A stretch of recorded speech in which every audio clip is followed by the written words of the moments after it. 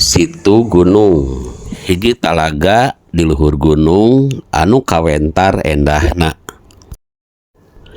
Salian ti kawentar ku situna, ayeuna di situ eta aya oge sasak gantung anu kaitung pang panjangna di Asia Tenggara, nyaeta disebatna Situ Gunung Suspension Bridge.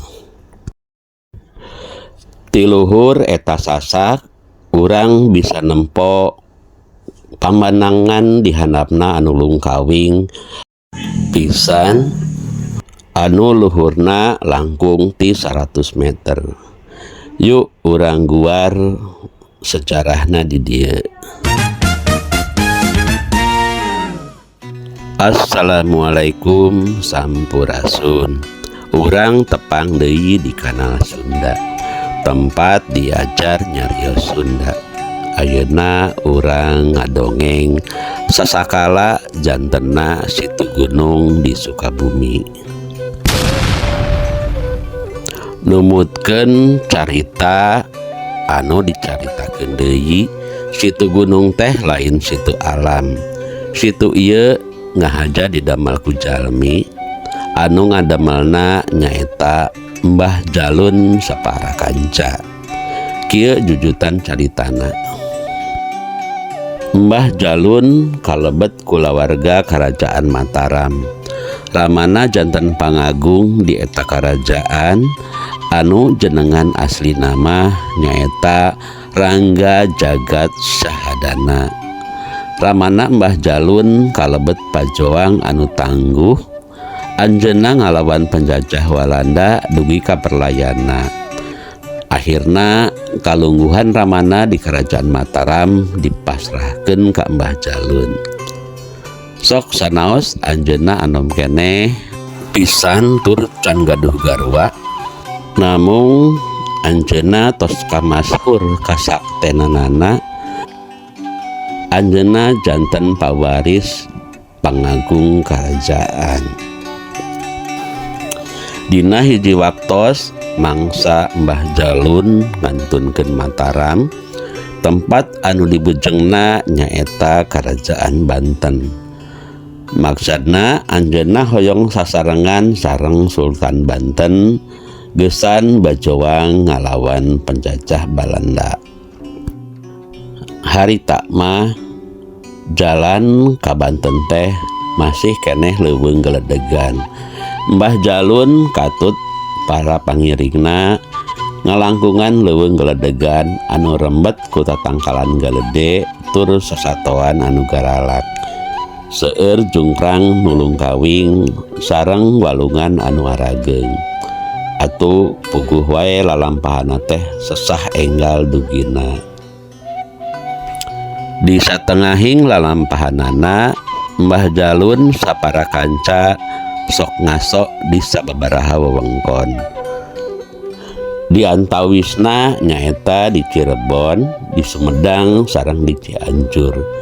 Di eta wewengkon anjeunna oge teras-terasan bajoang, malih di Sumedang mah kantos katangkep ku musuh. Kitu deui di Cianjur, anjeunna malah baris ditibanan hukuman pati ku cara digantung. Untung wae Mbah Jalun teh kalebet pajoang anu sakti, anjeunna tiasa kaluar tina penjara sateu acan hukuman pati dilaksanakeun. Kacarioskeun ti Cianjur anjeunna neraskeun lalampahanana ka Bogor. Jalanna ngaliwatan leuweung Gunung Gede sangkan teu kasusud ku penjajah Walanda. Lalampahanna dugi ka hiji lengkob anu pohara endahna. Di dinya aya walungan anu caina can nemberang herang, matak seger nu ningali. Mbah Jalun katut rombonganna ngasok di eta tempat. Maksudna mah mung palai nyegerkeun salirana wungkul. Maklum tos nyorang lalampahan anu sakitu tebihna. Dugi ka ngasokna teh kaetang rada lami. Tapi lami-lami aranjeunna ngaraos betah di eta tempat. akhirna diputuskeun ngababakan didinya. Bumi kanggo panganjerkanana diwangun ku cara gotong royong. Malih mah anjeunna kantos ngadegkeun masjid oge anu dugi ka kiwari eta teh disebat Gunung Masigit. Teu lami ti harita Mbah Jalun kagungan garwa, teras kagungan putra anu dinamian Rangga Jagat Jakalulunta. Tah nami Jalun teh pondokna tina Jakalulunta. Anu salaresna mah eta teh nami putrana. Saatos kagungan putra, anjeunna kalintang bingahna dugi ka kagungan nadar anjeunna mangdamelkeun talaga anu teu tebih ti panganjerkanana. Tujuanna ameh putrana Jakalulunta tiasa lelayaran di eta talaga. Kalaresan di tempat eta teh aya hiji lengkob anu sumber caina sae pisan. Mbah Jalum sareng pangiringna badanten anu akhirna dicindekeun yen bade ngademel talaga ku jalan ngabendung eta lengkob ti belah kulon. Teu kacarioskeun sabaraha lamina eta lengkob teh dibendung. Akhirna talaga teh tos ngajanggelek. Caina ngamplang tur canemrang herang kawantu ku sumber caina anu ti pagunungan. Eta talaga teh dugi ka kiwari disebatna Situ Gunung. Dina hiji mangsa Situ Gunung kapendakeun ku Walanda. Eta situ teh ku aranjeunna ditalungtik dugi ka maranehna apaleun yen Situ Gunung teh didamel ku jalmi. Teras lami-lami kasusud oge yen anu ngadamelna teh nyaeta Rangga Jagat Sahadana anu ku aranjeunna nuju dipilari.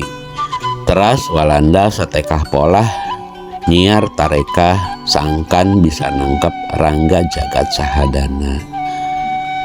Mbah Jalum alias Rangga Jagat Sahadana akhirna katangkep. Anjeunna baris ditibanan hukuman pati deui anu tempatna di alun-alun. Kiwari tempat eta teh janten alun-alun Cisaat. Namung ku kersaning nu maha kawasa, Mbah Jalum lolos tina bahaya maut. Anjeunna teu cios digantung dina tihang gantungan. Saparantos kajadian eta anjeunna rencana neraskeun deui lalampahanana anu bade ka Banten. Namung ayeuna mah anjeunna teu disarengan ku pangiring oge ku lawargina teu dicandak. Anjeunna angkat nyalira susulumputan jalanna ngalangkungan leuweung anu berasna ka Bogor. Tapi lalampahan Mbah Jalun mung dugi ka Bogor, anjeunna kabujeng teu damang parna anu akhirna pupus, layonna dipendem di Kampung Baru Bogor. Sanaos Mbah Jalum tos teu aya, Situ Gunung tetep dipiara ku kulawargana.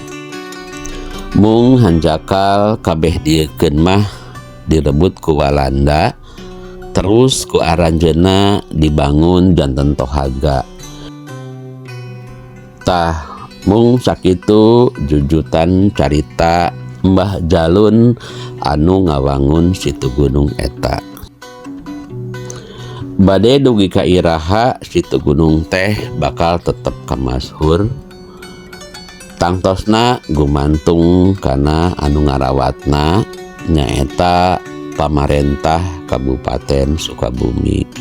Mung sakitu hatur nuhun. Assalamualaikum warahmatullahi wabarakatuh.